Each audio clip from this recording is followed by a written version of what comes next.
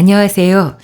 8090 한국 추리소설 오늘도 소개해 드립니다. 이승영 작가의 숲속의 마녀라는 작품인데요. 부제가 붙어 있습니다. 속 화성 연쇄 살인 사건. 근데 이승영이라는 이름 낯익지 않으세요? 얼마 전에 낭독해 드렸던 살인 배달의 그 작가입니다. 미스코리아 살인사건으로 데뷔했고, 그 외 여형사, 남형사, 그 약간의 로맨스가 묻어있는 작품 기억나세요? 네, 저는 이 작품도 참 재밌게 읽었는데요. 어쨌든 90년대 초반, 80년대 후반에는 이 화성 연쇄 살인사건이 가장 핫한 테마였던 것 같습니다. 낭독 시작할게요.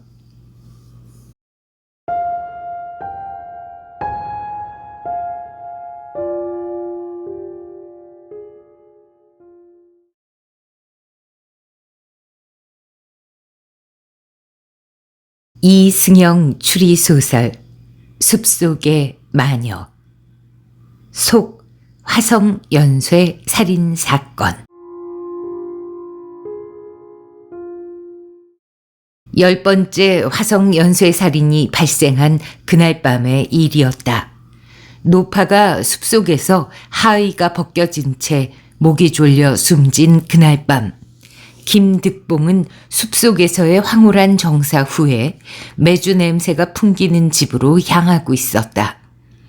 40이 다 되도록 여자 몸 한 번 마음껏 탐닉해보지 못한 그에게 숲속에서의 정사는 황홀경 그 자체였다. 하얀 손이 내미는 드링크를 마시고 숲속을 빠져나온 김득봉은 텃밭을 가로질러 집 안으로 들어갔다. 언제 또 그런 황홀경에 젖어들 수 있겠는가.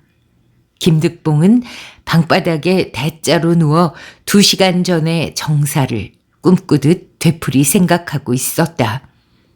다시 30분이 지나도록 정사의 여우는 그의 망막과 뇌 속에서 쉽게 사라지질 않고 있었다. 그는 몸을 뒤척이면서 잠을 청해 보았다. 여체가 신기루처럼 멀어지면서 졸음이 몰려왔다.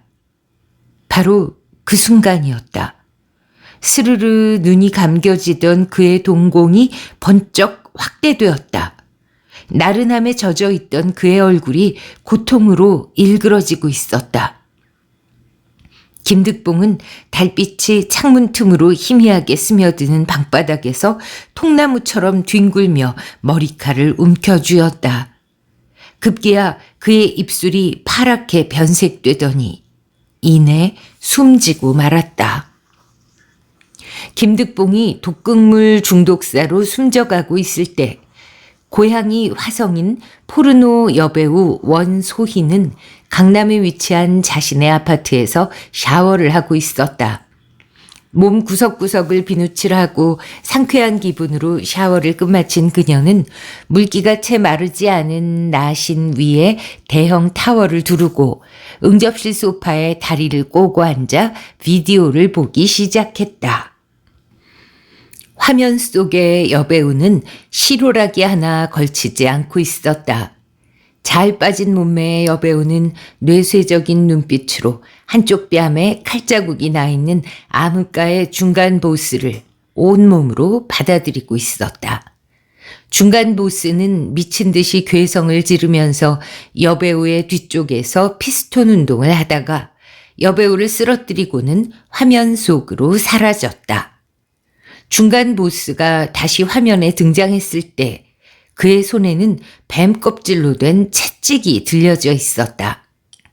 중간 보스는 여전히 뇌쇄적인 눈빛을 하고 개구리처럼 누워있는 여배우의 희디흰 나신에 바람소리를 동반하면서 채찍을 후려쳐대기 시작했다. 그러자 여배우의 눈빛은 더욱더 흰자위로 넘쳐났다. 공포에 떨면서 화면을 응시하던 원소희는 버들가지처럼 허리를 뒤로 꺾어가면서 자지러지게 웃어댔다. 그러면서 웃는 건지 우는 건지 알 수 없는 음성으로 나쁜 놈들, 죽일 놈들 이라고 말하면서 물기에 젖은 긴 머리칼을 쥐어뜯으며 마구 몸을 비틀어댔다. 응접실에서는 밤새도록 화면 속의 웃음소리와 똑같은 웃음소리가 흘러넘치고 있었다. 화성에서 두 번째 독극물 살인 사건이 발생한 것은 김득봉이 사망한 지 사흘 뒤였다. 김득봉의 시체가 집에서 썩어가고 있는 동안 그 집에서 500m쯤 떨어진 숲속에서 환갑을 열흘 남겨둔 정노인이 막걸리 냄새를 푹푹 풍기며 회춘을 맞이한 듯 정력을 쏟아붓고 난 3시간 후에 손자와 같은 방에서 세상 모르고 고단한 잠을 자다 말고 사자를 본 듯 번쩍 눈을 뜨더니 시퍼레진 입술로 몇 마디 중얼거리다가 그대로 북망산천으로 떠나버렸다. 그렇게 정노인이 떠난 지 나흘 후 이번에는 지방대학을 다니는 대학생이 자정이 훨씬 넘은 시각에 재래식 변소에서 용변을 보다가 바지도 채 끌어올리지 못하고 그 자리에 쓰러져서 청춘을 마감하였다. 노파를 살해한 살인마 P는 웃옷을 모두 벗고 이웃집에서 훔친 처녀의 빨간 팬티만 걸친 채 TV 뉴스를 보고 있었다. 매일마다 새로운 의상으로 갈아입고 화성에 나타나는 앵커 우먼은 화성 연쇄살인의 수사 속보를 전하면서 살인마 P를 바라보고 있었다. 연쇄살인마 P는 앵커우먼의 앵두 같은 입술을 노려보면서 화면 속에서 끄집어내 숲속으로 끌고 가 그 노파처럼 만들어버리고 싶다는 충동을 애써 억누르면서 거친 숨을 몰아쉬었다. P는 앵커우먼의 화장한 얼굴 위에다 노파의 마지막 얼굴을 겹쳐놓고 있었다. 그러면서 P는 앵커우먼과 노파의 외모 수준을 비교해 보았다. 그런데 P에게는 노파의 마지막 얼굴이 앵커우먼의 기계적인 외모보다 훨씬 아름답게 느껴지는 것이었다. 정사 후에 목 졸라 살해할 때의 그 고통에 겨워하던 얼굴 표정과 눈동자. 그건 마치 활짝 핀 꽃 모양이었고 다이아몬드 빛깔 같은 신비한 눈동자였다. 그런 환상의 아름다움이 앵커우먼에게는 한 조각도 없는 것이었다. 그러나 앵커우먼은 언제나 P의 빨간 팬티 속을 가만히 놔두지 않았다. 또한 P를 바깥으로 뛰쳐나가서 내 귀는 당나귀 귀라고 외치라고 끝없는 충동질을 해댔다. P는 앵커우먼을 한참 동안 보자 갑자기 왕성한 식욕을 느꼈다. 그래서 P는 가마솥이 놓여져 있는 부엌을 지나서 어둠 속에 잠들어 있는 화성군 일대를 배회하기 시작했다. P의 가슴 속에는 시퍼런 식칼이 달빛 속에 묻히기만을 바라고 있었다. P는 길가 수풀에서 코를 킁킁거리고 있는 3개월 된 암강아지에게 다가가 가슴 속에 품고 있던 식칼을 꺼내 일격에 강아지 뱃속에 묻었다. 그리고는 바지 허리춤에 꽂아놓았던 자루를 꺼내서 피가 줄줄 흐르는 그 죽은 강아지를 자루 속에 쳐놓고는 자신의 앞마당으로 돌아와서 털을 태우고 물이 끓는 가마솥에 검게 그을린 강아지를 집어넣었다. 뜯어먹기 좋게 강아지가 푹 삶아지자 고기를 도마 위에 올려놓고 뒷다리 쪽에 있는 음부를 식칼로 도려내서 소금에 푹 찍어 그것을 맛있게 씹어 먹던 P는 만족한 미소를 흘리며 입안의 고기를 목구멍 속으로 꿀꺽 삼켰다. 대학생이 화장실에서 숨진 지 사흘 후 화성경찰서 소속 김용호 순경이 자정이 훨씬 넘은 시각에 비상이 걸려있는 화성의 한 마을을 동료 순경과 순찰하다가 갑자기 머리가 어지럽다며 길바닥에 쓰러졌다. 숲을 향해 참았던 굵은 물줄기를 뿜어대던 동료 순경은 길바닥에 엎드려서 신음 중인 김순경을 돌아보고는 바지도 제대로 추스리지 못하고 급한 걸음으로 달려왔다. 김순경, 왜 그래? 어지러워. 동료 순경은 허리에 차고 있던 플래시를 김순경의 얼굴에 비추면서 안색을 살피다가 위독함을 느꼈는지 힘겹게 동료를 들쳐업고 헤드라이트 불빛이 반딧불처럼 날아다니고 있는 도로 쪽으로 걸어 나왔다. 그러나 병원으로 옮기기도 전에 김순경은 숨이 끊어져 버렸다. 원소희는 주차장에 빨간색 자동차를 세워놓고는 야간 근무를 하고 있는 경비원 송 씨에게 밤늦도록 수고한다며 드링크 한 병을 건네주었다. 송 씨의 미소를 뒤로하고 둥지를 찾듯 응접실 소파에 피곤한 육신을 묻은 그녀는 속박의 굴레를 벗어던지듯 알몸이 되어 샤워실로 들어갔다. 끈적끈적한 알몸을 깨끗이 씻고 나서 풀 묻은 치마를 털어내고 다시 입은 그녀는 무표정한 표정으로 석간신문을 뒤적거렸다. 화성 연쇄살인 사건의 수사는 여전히 답보 상태라는 기사가 사회면에 대문짝만하게 실려 있었다. 포르노 배우 원소희에게 있어 고향 화성은 엄마 젖가슴 같은 포근한 보금자리가 아니라 꿈 많은 사춘기 시절을 무참하게 짓밟아버린 태형의 땅이었다. 밤늦은 귀갓길에 숲속에 숨겨진 봉고차 속에서 당한 윤간. 카메라는 숲속과 봉고차를 향해서 무자비하게 하얀 육체를 훑고 있었다. 뺨에 칼자국이 난 사내가 뱀 같은 채찍을 후려치면서 미친 듯이 웃고 있었고 산낙지처럼 달라붙는 채찍이 살갗 속으로 파고 들어왔다. 렌즈는 그녀의 눈앞에서 원을 그리고 있었다. 납치된 소녀가 정신을 차렸을 때는 사방이 벽으로 차단된 꽃침대 위에 놓여 있었다. 그때부터 칼자국이 나 있는 중간 보스는 마약을 주입시켜가며 계속해서 채찍을 휘둘렀다. 포르노를 찍던 야수들이 경찰의 급습을 받고 수갑을 찬 채 시야에서 사라졌을 때 그녀의 영혼과 육신은 치유될 수 없는 광기에 휩싸여 있었다. 흰자위 사이에서 광기가 뿜어져 나오는 눈빛으로 석간신문을 읽던 원소희는 희미한 미소를 지으면서 정성스럽게 밤화장을 시작했다. 속살이 비치는 나이트 가운을 걸쳐 입고 수화기를 든 그녀는 경비원실의 송 씨를 자신의 아파트로 불러들였다. 헐레벌떡 달려온 송 씨가 초인종을 누르자 원소희는 목류병 환자처럼 걸어가서 문을 열어주었다.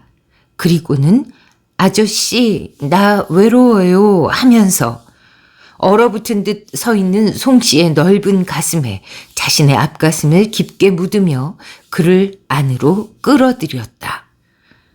그러나 송 씨에게는 뜨거운 입김을 뿜어내는 여자의 육체를 품에 안을 수 있는 정력이라는 것이 남아있질 않았다.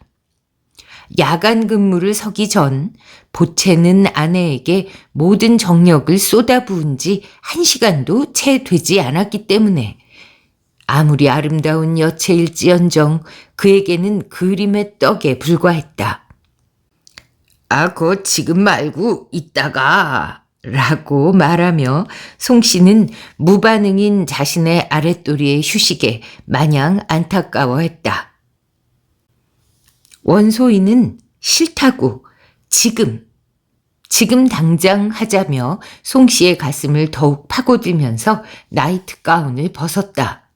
송 씨는 다시 한번 이따가를 외쳤고 결국 한숨을 내쉬면서 여체를 만지고만 있었다. 잠시 후 원소인은 거의 울상이 되어 있는 송 씨의 가슴을 두 손바닥으로 힘껏 밀쳐내면서 재수없다는 듯 문을 닫아버렸다. 그러자 다급해진 송 씨가 여러 차례 굳게 닫힌 문을 두드리면서 이따가를 연발했다. 재수 더럽게 좋은 놈. 이따가는 무슨? 원소인은 응접실이 울리도록 웃어 제끼면서 화장대의 대형 거울 앞에 섰다. 그러곤 머리칼을 양손으로 마구 산발하고는 곱게 치장했던 얼굴 화장을 거칠게 손바닥으로 밀어 지워버렸다. 김순경이 순직한 지 일주일 후 서울 강남 한복판에서 새벽 2시경 의문의 교통사고가 발생했다.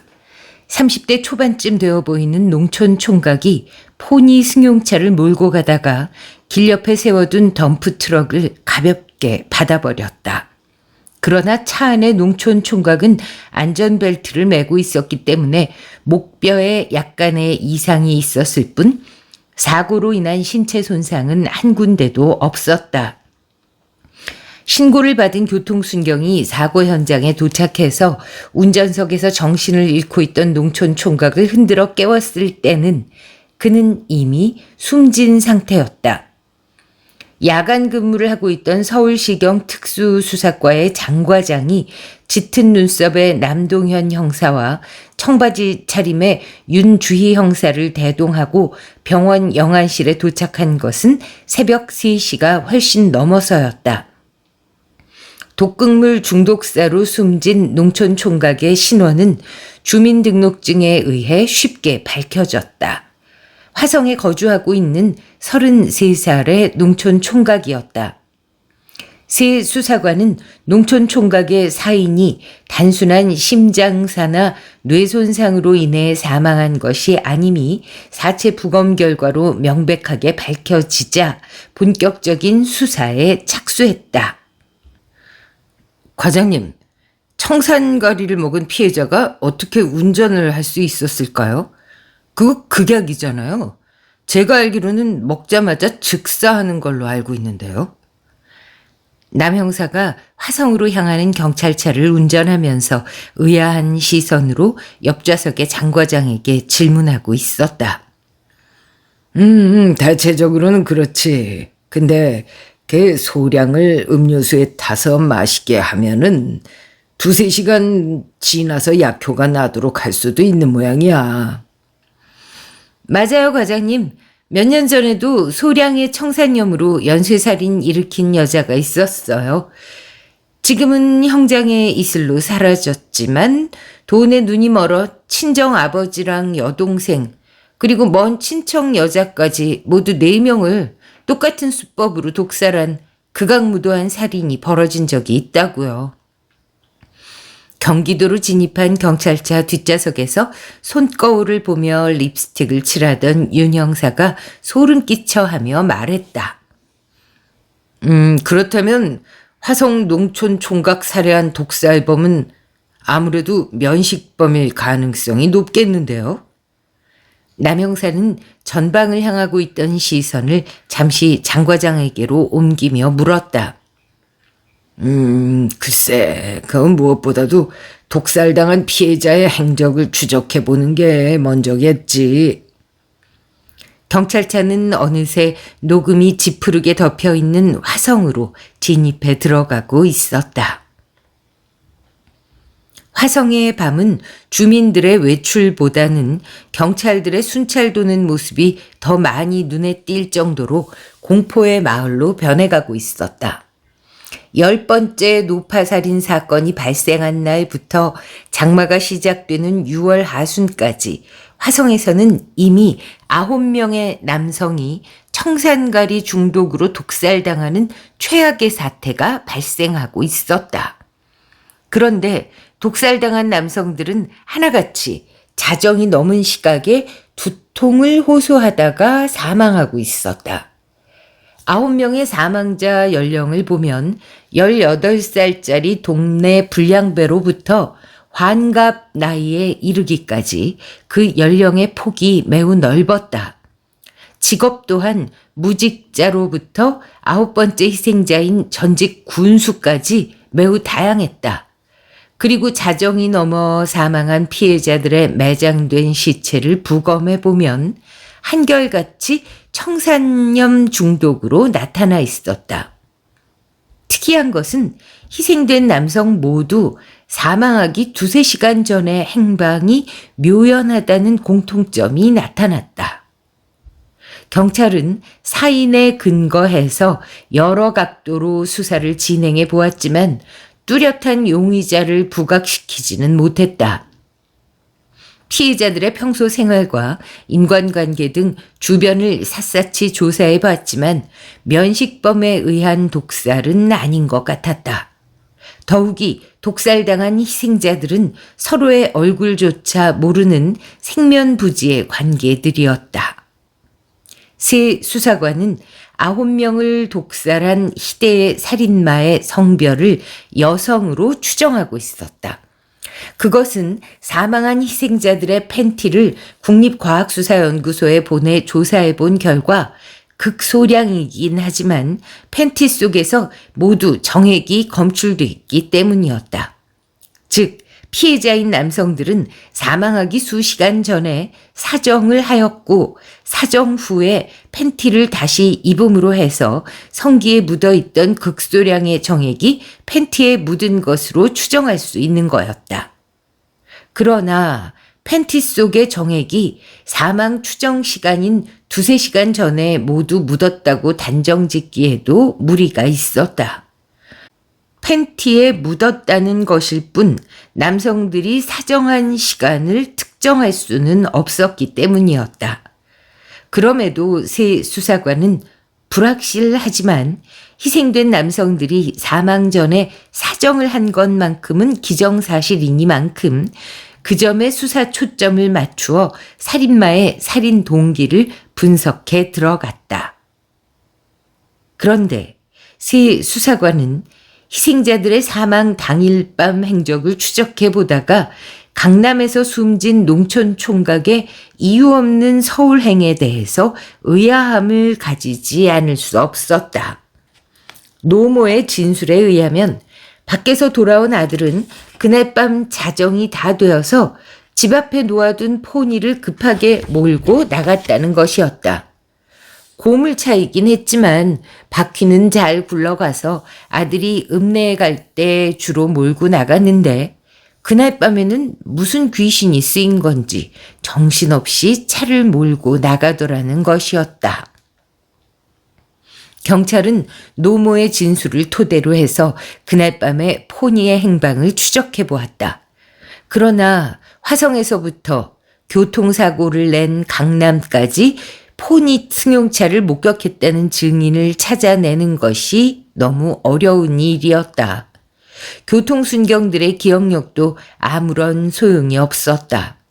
설사 포니 승용차를 봤다는 목격자가 수사본부에 나타난다 하더라도 그것만으로는 포니가 국도를 질주했던 진짜 이유를 알아낼 수 없는 일이었다. 과장님, 혹시 미행한 거 아닐까요? 농촌 총각 팬티에서도 정액이 검출됐잖아요. 독살범이 여자인 게 확실하다면 정사를 하고 난 다음에 어떤 성적 미련이 남았달까? 그런 이유로 급하게 그 여자를 미행했던 게 아닐까요? 남형사가 짙은 눈썹을 찡그리며 말했다. 그럴 수도 있겠네. 9명을 독살한 여자가 외지인일 수도 있다는 가설. 일리가 있어. 장 과장은 한쪽 입술을 치켜 올리면서 고개를 끄덕이고 있었다. 거기다가 청산염이 타진 드링크를 마시고 사망하기까지는 2-3시간의 시간적인 여유가 있다면서요. 서울에서 화성까지 가는 거리 충분한 시간 아니겠습니까? 그래요. 남형사 추리가 현실성이 있네요. 농촌 총각은 포니를 몰고 여자를 미행했던 것 같아요. 그 여자가 운전하는 차를요. 지금까지 범인을 검거할 수 없었던 이유 중 하나는 우리 경찰이 용의자의 생활 영역을 화성으로 국한시켜 놓았기 때문에 진전이 없었던 거 아닐까요? 윤 형사가 읍내 다방에서 커피를 한 모금 마시며 말했다. 그렇다면 그 구미호 같은 악녀는 남자를 홀리는데 일가견을 가진 여자겠구만. 장 과장이 허공을 노려보며 말했다. 네, 상당한 미모와 이 농염한 육체를 가진 여자가 틀림없을 겁니다. 남성 전반에 극도의 혐오감을 가졌거나 아니면 저주하는 화신인 거죠. 남 형사가 단정짓듯 말했다. 그런데 말이야, 청산가리가 타진 음료수를 어떻게 그렇게 다 상대방한테 마시게 할 수 있었을까? 장 과장은 의문 섞인 눈빛으로 앞에 나란히 앉아있는 두 남녀 형사에게 물어보았다. 그거야 간단한 일이죠. 남자를 유혹하면서 마시게 했겠죠. 이쁜 여자가 깊은 밤에 깊은 산속에서 남자를 유혹하는 방법은 수도 없이 많습니다. 다리를 뼈다, 아니 길을 잃어버렸다, 이유 없이 훌쩍훌쩍 울고 있다. 그럼 그냥 지나칠 남자가 몇 있겠습니까? 그렇게 자연스러운 접근이 이루어진 다음에 그 미모와 농염한 육체를 10분 발휘해서 남자들 마음을 홀렸겠죠. 그런 과정에서 자연스럽게 청산가리 탔던 음료수를 마시게 했을 거고요. 9명의 남자가 모두 똑같은 방법으로 독살당했다는 걸 보면 그 악녀의 외모가 어느 정도 수준은 분명히 넘는다는 걸 보여주는 거겠죠.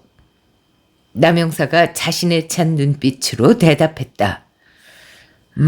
그러고 보면은 화성의 두 범인은 똑같이 한 가지 공통점을 가지고 있구만. 성교 후에 어김없이 살인을 저지른다는 것 말이야. 정말 이해하기 어려운 한 쌍의 살인마네요. 어떻게 해서든지 이 두 범인을 하루빨리 검거해야겠어요. 이러다가는 화성에서뿐만 아니라 전국 각지에서 성 도착증 가진 정신병자들의 모방 범죄가 잇따라 발생할지도 모르겠다고요. 매년 성범죄가 엄청나게 증가하는 추세인데 희대의 살인마 이 두 범인을 한시라도 빨리 체포해서 형장으로 보내야 해요. 안 그러면 국민들하고 화성 군민들이 안심하고 두 다리 쭉 뻗고 편한 잠을 잘 수 있겠느냔 말이에요. 윤 형사는 입술을 깨물며 무척 안타까워하고 있었다. 살인마 P는 이웃 양계장에서 훔쳐온 씨암탉의 모가지를 비틀어 털을 뽑고는 가마솥에 암탉을 쳐넣었다. 이윽고 P가 좋아하는 뉴스 시간이 되었다. P는 한 손에 닭다리를 들고 개걸스럽게 물어뜯어 씹으면서 앵커우먼의 입술을 노려보았다. P는 앵커우먼의 눈동자에 자신의 찢어진 눈을 맞추면서 집요하게 눈싸움을 벌였다. 그러다 P는 갑자기 들고 있던 닭다리를 앵커우먼의 입속에다 마구 쑤셔 넣으려 애쓰고 있었다. 이거나 처먹고 입 닥쳐, 이 고자질쟁이야. 살인마는 닭다리를 방바닥에 집어던지면서 화면 앞으로 벌떡 다가가서는 자신의 빨간 팬티를 아래로 훌떡 내렸다. 안 닥쳐?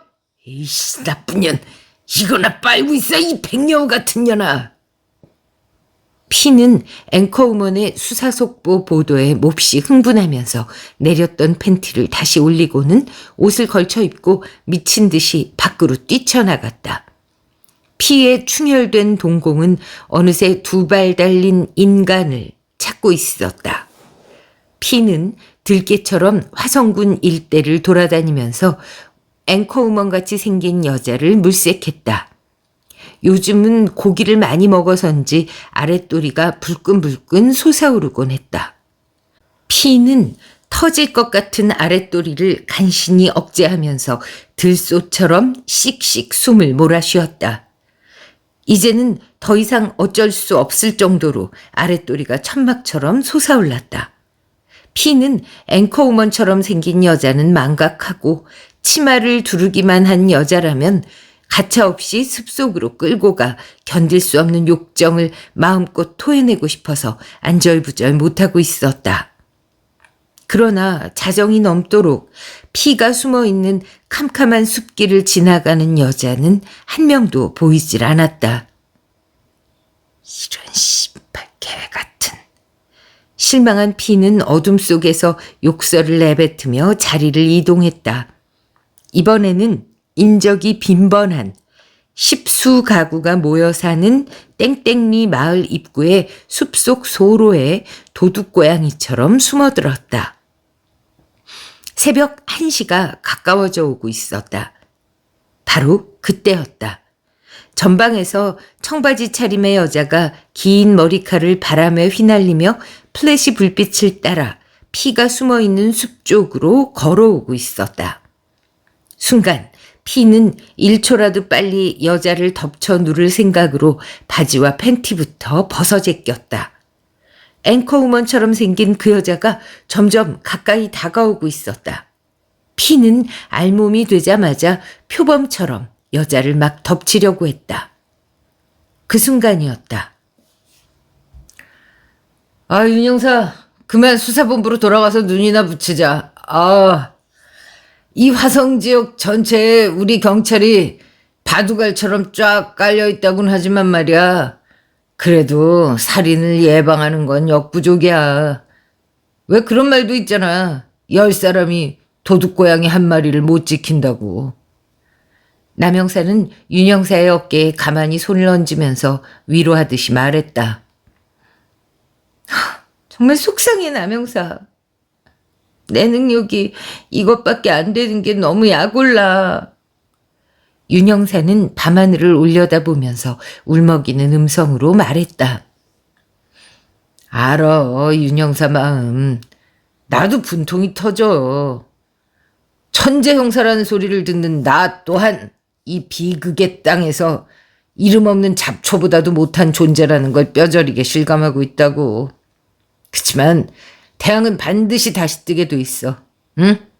자, 그만 가자, 윤영사. 응? 눈 좀 붙이자.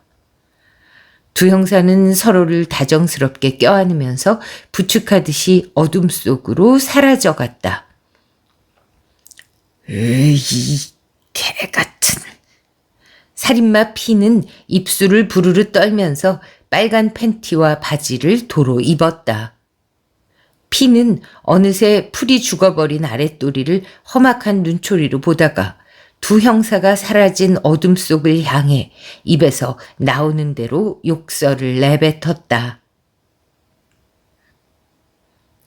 화성 연쇄 살인의 10번째 남성 희생자는 사흘 전에 DMZ에서 휴가를 나온 장일병이었다. 밤늦도록 디스코 클럽에서 친구들과 발바닥 무좀좀 벗겨내고 맥주로 우정을 돈독히 하고 나서 아쉬운 작별을 한 장일병은 고등학교 다니는 남동생과 건넌방에서 함께 잠을 자다가 두통을 호소하며 좁은 방을 뒹굴다가 병원으로 채 옮겨지기도 전에 그만 숨이 끊어지고 말았다. 그의 입술에서도 청산가리 중독의 흔적이 파랗게 나타나 있었다. 그런데 이번 독살의 경우는 여느 희생자들과 달리 피해자의 사망 직전 행적이 분명하게 밝혀졌다. 피해자가 사망 전 묘령의 아가씨와 함께 가졌던 숲속에서의 정사를 호기심 많은 남동생에게 포르노 영화 얘기해 주듯 자세하게 설명하고 숨졌기 때문이었다. 코 밑에 막 수염이 솟아나기 시작한 남동생 고등학생의 진술에 의하면 장일병이 비틀거리는 걸음으로 으슥한 산길을 걷고 있는데 어디선가 여자의 가냘픈 흐느낌 소리가 들려오더라는 것이었다. 잘못 들었나 싶어 다시 멈췄던 걸음을 재촉하려고 하는데 조금 전보다 더 큰 흐느낌 소리가 들려 숲속으로 고개를 돌렸더니 거기에 웬 여자가 허연 허벅지를 다 드러내놓고 앉아서 울고 있더라는 거였다.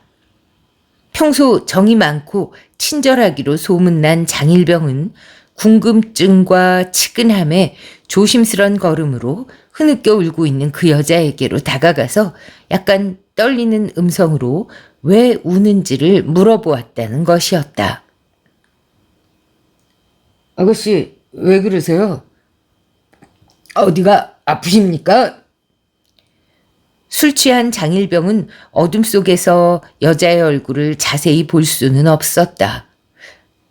여자는 옆에 놓았던 손전등을 켜서 장일병의 얼굴을 두려운 시선으로 바라보더니 이내 안도의 한숨을 내쉬면서 발목이 삐어 걷지를 못하겠으니 어떻게 하면 좋겠느냐고 도움을 청하더라는 것이었다. 그러면서 여자는 슬쩍 플래시 불빛을 자기 쪽으로 향해 비추면서 가녀린 미소를 지어 보이더라는 것이었다. 그 순간 장일병은 여자의 미소 속에 숨겨진 의미를 감지할 수 있었다고 했다.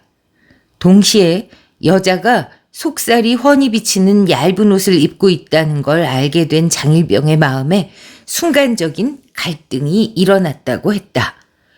여배우보다도 더 요염하게 생긴 그 여자의 섹시한 눈빛과 꽃무늬 팬티까지 보이는 허벅지를 보는 순간 군 생활 동안 억압되고 억제되었던 성적 충동이 불처럼 일어나더라는 것이었다. 그러나 장일병은 그 욕구를 꾹 참고 집이 어디냐고 물어보았다고 한다. 그러니까 여자는 서울이라고 모기만한 목소리로 대답하고는 핸드백에서 드링크제 한 병을 꺼내 마시고는 다른 종류의 드링크를 한 병 또 꺼내서 장일병에게 주면서 걱정해 주셔서 감사하다고 성의의 표시니 마시라고 했다는 거였다. 그래서 장일병은 처음에는 사양하다가 술을 마신 탓인지 갈증이 나기도 해서 그 드링크를 기분 좋게 마셨다는 거였다.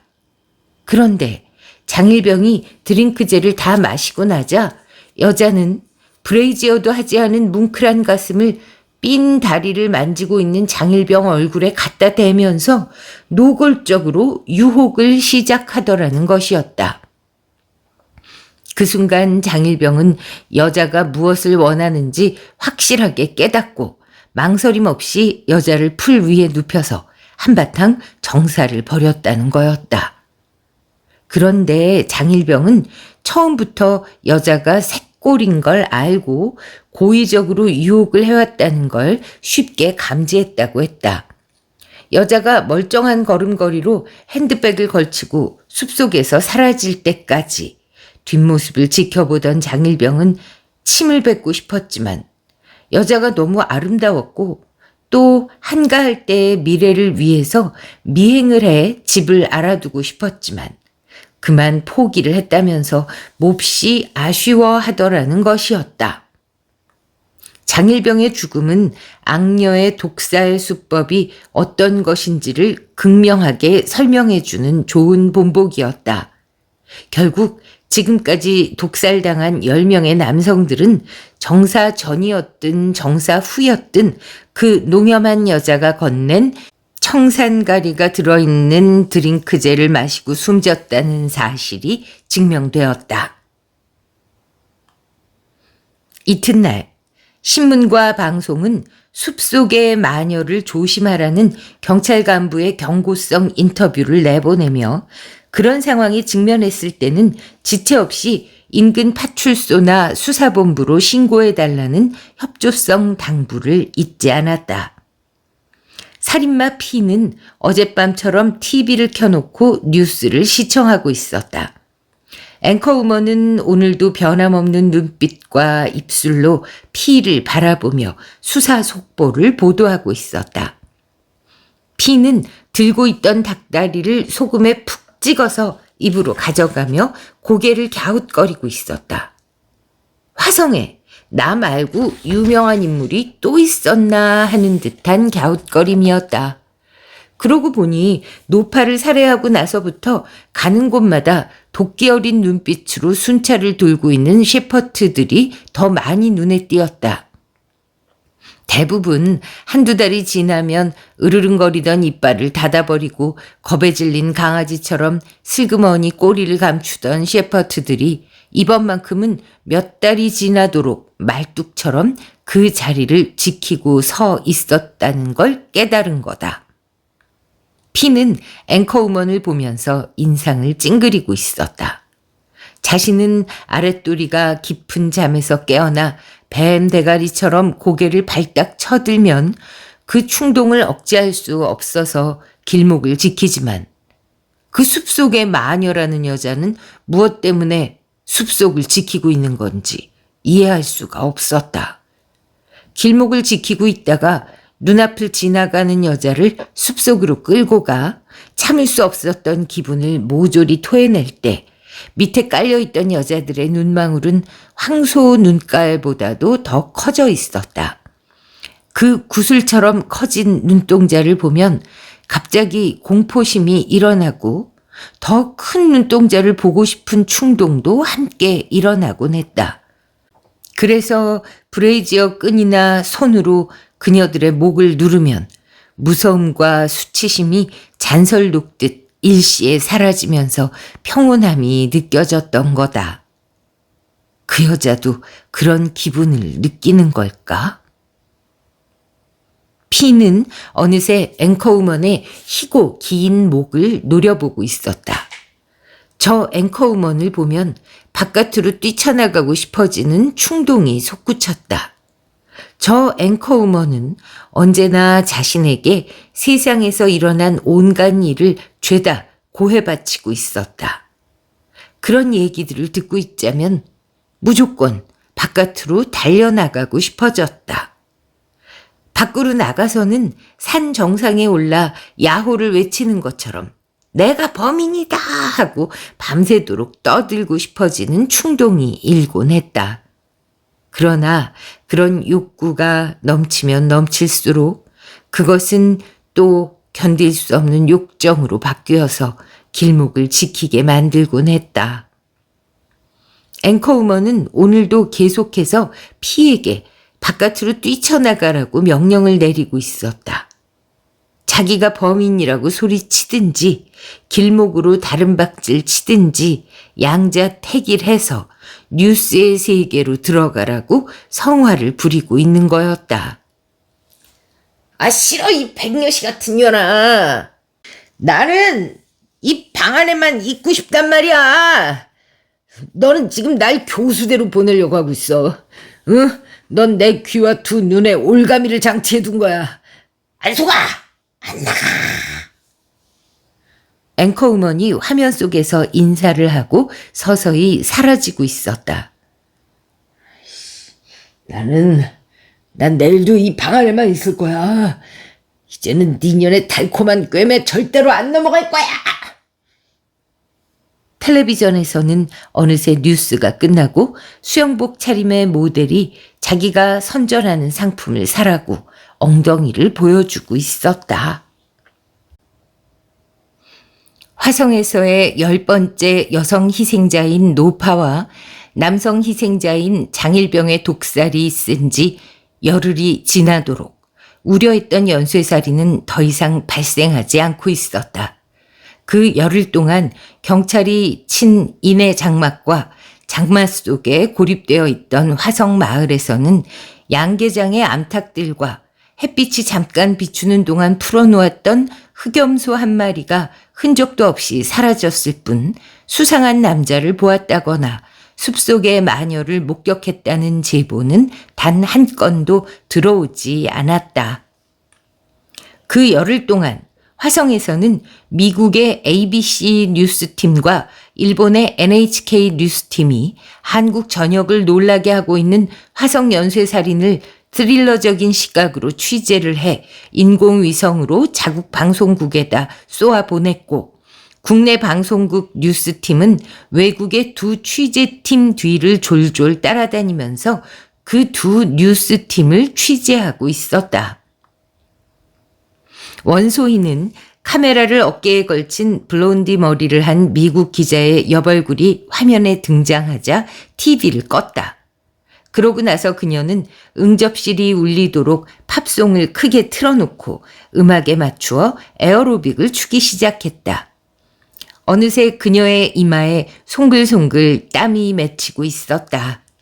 그녀는 땀이 흥건한 얼굴로 욕실로 들어가서 오랜 시간 동안 샤워를 하고는 응접실로 나와서 야릇한 미소를 흘리며 빨간 핸드백을 열었다. 그 속에는 병 모양이 각기 다른 2개의 드링크가 들어있었다. 그녀는 그중 한 개의 드링크 마개를 힘껏 비틀어 열고는 신문지에 쌓여있던 알밤 크기만한 청산염 덩어리를 잘게 부숴서 2-3시간 후에 쓰러져 사망할 만큼의 양을 드링크 속에 타 넣었다. 마개를 왼쪽으로 여러 번 돌려서 감쪽같이 꽉 조인 그녀는 독극물이 들어있는 드링크를 빨간 핸드백 속에 다시 집어넣었다. 그리고 나머지 한 개의 드링크 마개를 열고 단숨에 마셔버렸다. 운동과 샤워 후의 드링크라 상쾌하고 시원했다. 그녀는 빈 드링크병을 들고 냉장고로 가서 주스를 빈 드링크병에다 붓기 시작했다. 화성에는 여전히 장대 같은 장마비가 억수같이 쏟아지고 있었다. 며칠째 천둥번개를 동반한 장마비는 오후가 되어서야 서쪽 하늘에 쌍무지개를 만들어내고 먹구름 따라 사라졌다. 괴기스런 화성의 밤은 어김없이 찾아들고 있었다. 살인마 피의 방에는 희뿌연 전구알이 천정에 대롱대롱 매달려서 뿌연 불빛을 뿌려내고 있었다. 그 전구알 밑에는 개뼈다귀와 닭뼈들이 무수히 널려 있었다. 피는 그 뼈들 속에 파묻혀 코를 골며 자고 있었다. 식곤증에 정신없이 초저녁 잠을 자던 피는 갑자기 불침이라도 맞은 사람처럼 벌떡 몸을 일으키더니 텔레비전을 켰다.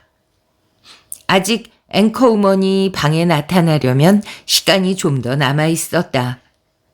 피는 목이 타는지 부엌으로 나가서 플라스틱 바가지를 들고 다시 TV 앞으로 다가와 앉았다.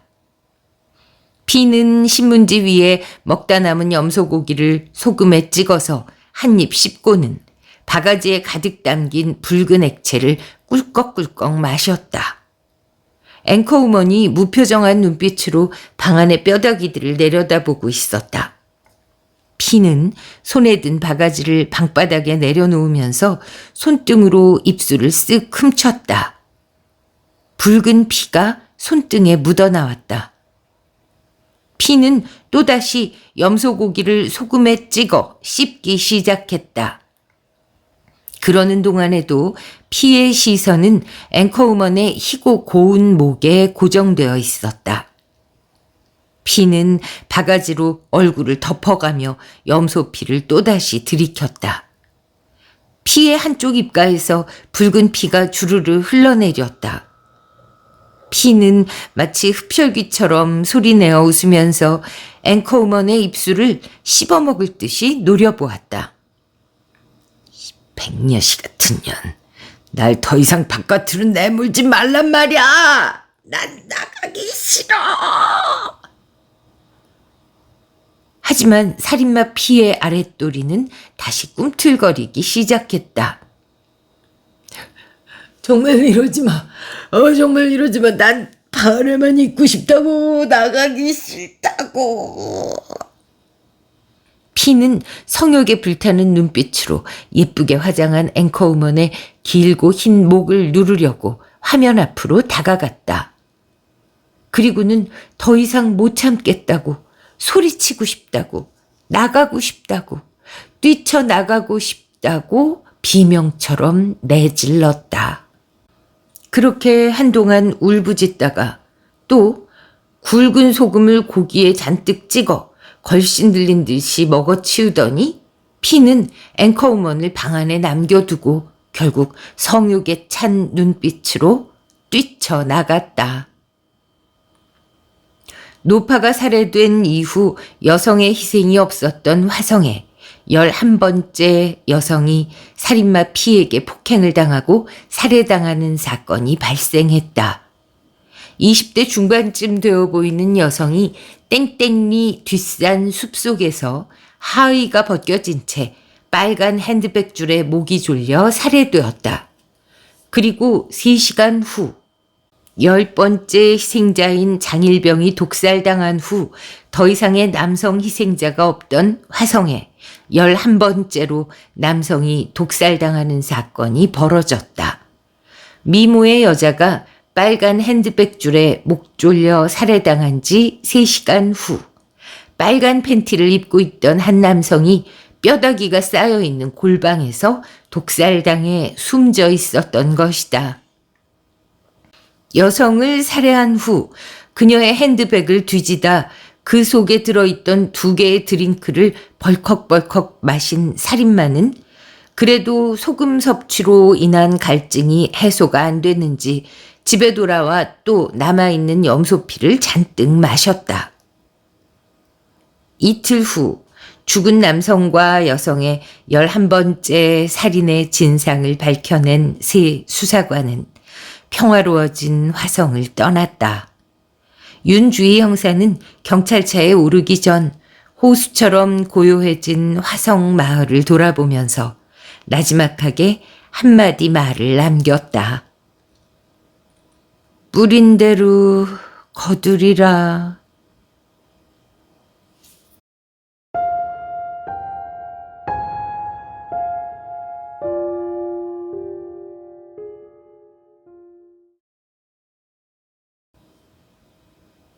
네, 이렇게 끝이 났네요.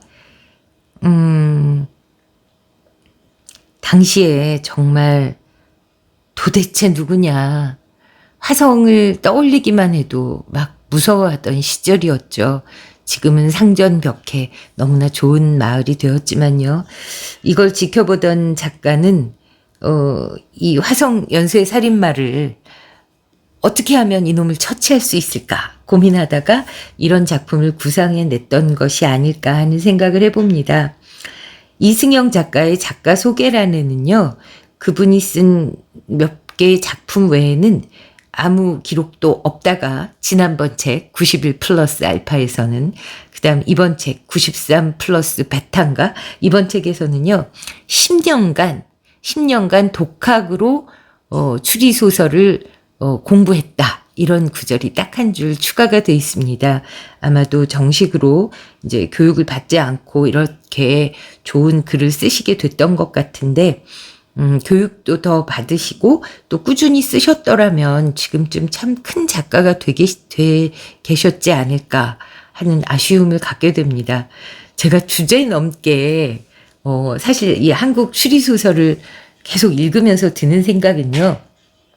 김성종이라는 작가가 너무 걸출했기 때문에 오히려 참 다른 작가들이 클 기회를 앗아갔던 게 아닌가 하는 그런 생각을 저 혼자 해봤어요. 그러니까 김성종 작가님은 혼자서 이미 완성형 작가잖아요. 작품들 완성도가 너무나 높고 대중적인 인기가 너무 뛰어나고 그러다 보니 포커스가 너무 그쪽으로만 가서 사실 김성종 선생님 작품은 정통 추리는 아니거든요. 그렇잖아요. 막 역사적인 것도 다루고 사회적인 문제도 엄청 다루시고. 근데 이제 이런 식의 정통 추리 범죄 소설들이 너무 큰 산 앞에서 가려졌던 게 아닐까 하는 그런 생각을 80년대, 90년대 한국 소설, 추리소설 낭독해드리면서 합니다. 몇몇 분들은 이제 그 당시 나이로는 지금의 저보다 훨씬 어리잖아요. 그러니까, 이건 조금 더 수련했으면 참 좋은 작품 썼겠는데 하는 아쉬운 마음이 든다는 거죠. 이승영 작가도 그렇습니다. 근데요, 기억력이 참, 제가 이거를 읽은 지 한 3, 4주 된 것 같아요. 그리고 이제, 여기는 수많은 단편 중에서 오케이, 얘는 낭독한다 이렇게 정해둔 작품들 중 하나를 이제 오늘 또 읽은 건데요. 3, 4주가 지나는 바람에 그 오프닝 멘트에서 착각을 해서 여기에도 장 과장님, 남동현 형사, 윤주희 형사가 나온다는 걸 모르고 예전에 소개해드린 살인배달의 그 남녀 약간의 로맨스가 있는 그 형사들이 등장을 했었다 이렇게 얘기를 했더라고요. 물론 이 작품에서는 전혀 이 러브라인이 형성되지는 않았습니다만 이승경 작가님 작품에는 항상 이렇게 장 과장님과 남동현, 윤주희 형사, 삼총사가 등장을 했던 모양입니다. 참 아쉬워요. 그 작은 도서관에는 제가 다니는 이제 지역 도서관 또 대학 도서관 한 곳에는 뭐 국립도서관처럼 책이 많지는 않다 보니까 이런 좋은 작가님들의 작품이 많이 남아있질 않습니다. 근데 참 크게 됐을 것 같은 작가님이다 하는 생각 덧붙이면서 한번 중업부원 또 하면서 물러가도록 하겠습니다. 네, 지난주에는 장편소설 소개해드렸죠. 우타노 쇼고의 납치당하고 싶은 여자. 영화화됐을 만큼 정말 재밌는 작품이었는데 보니까 또 이 장편 안 좋아하시는 분들이 많이 계십니다. 안 듣고 계시더라고요. 좀 섭섭하지만 어쩌겠습니까? 네, 그래도 혹시 관심이 있으시다면 그 작품도 좀 들어주십사 하고 뒤늦게 홍보를 좀 드리고요. 이제 뭐 늘 하는 말씀 드려야죠. 좋아요, 구독, 댓글, 알림 설정, 공유, 하이프, 쇼핑 부탁드리면서 물러갑니다. 안잡이 독자 여러분 감사합니다. 안녕히 계세요.